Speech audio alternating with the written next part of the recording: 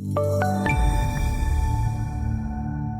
afternoon. This is Todd Colvin coming to you from the floor of the CME Group. We are looking at rates and 10-year note yields back below 3%. After a brief visit above them, we saw this last month in April. We saw a little bit above 3%, short-lived. We moved back down. We saw the same thing yesterday. We got it back above 3%. It looked like with a 10-year auction, with a 30-year auction today, that things were going to really start moving if those auctions didn't come through, and it just didn't. Everything just kind of backed off. We're back below. Obviously, CPI had a play in that. With a weaker CPI, lower inflation means that the Fed will probably be a little bit hamstrung if they want to be more aggressive.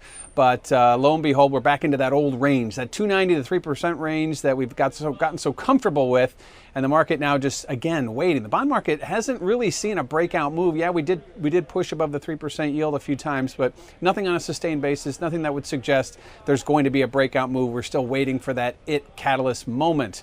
And market volatility is reflecting that. As we spoke about earlier, it's lower, and it's continuing to stay at lower levels. Now, it's not on the year-to-date lows like we were a few weeks ago. However, it's very close to those levels, and we certainly aren't seeing any major shifts. So as we go back into the old range, we trade within expectations, and that is why volatility remains so low. We've seen it not only in the bond market, but we're also seeing it in the equity market as well. So once you're in that comfort zone, the market tends to just kind of say, okay. And then if you look at the data that we've had, the CPI numbers I just mentioned, yeah, those were a little weaker than expected. That was something I think we were looking for to be stronger, not only in the heels of PPI, but given what the Fed has told us with prices hovering above 2% year over year in CPI. And we did see a modest pullback, or at least we didn't see an extension. Likewise, the auctions this week, that was a major concern to the market. We didn't hear a lot about it, but we've seen foreign central bank demand on the decline, and with yields elevated, they stepped back up, not only in yesterday's 10-year auction, but also in today's 30-year auction. So there are buyers out there.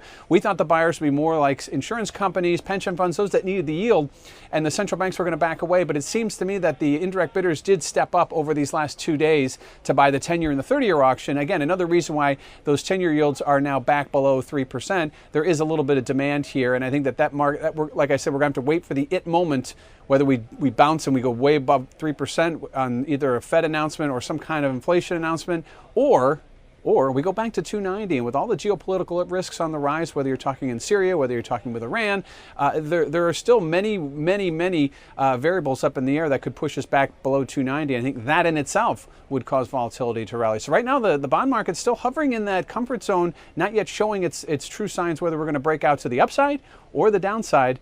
Tomorrow's Friday. This is Todd Colvin coming to you from the floor of the CME Group.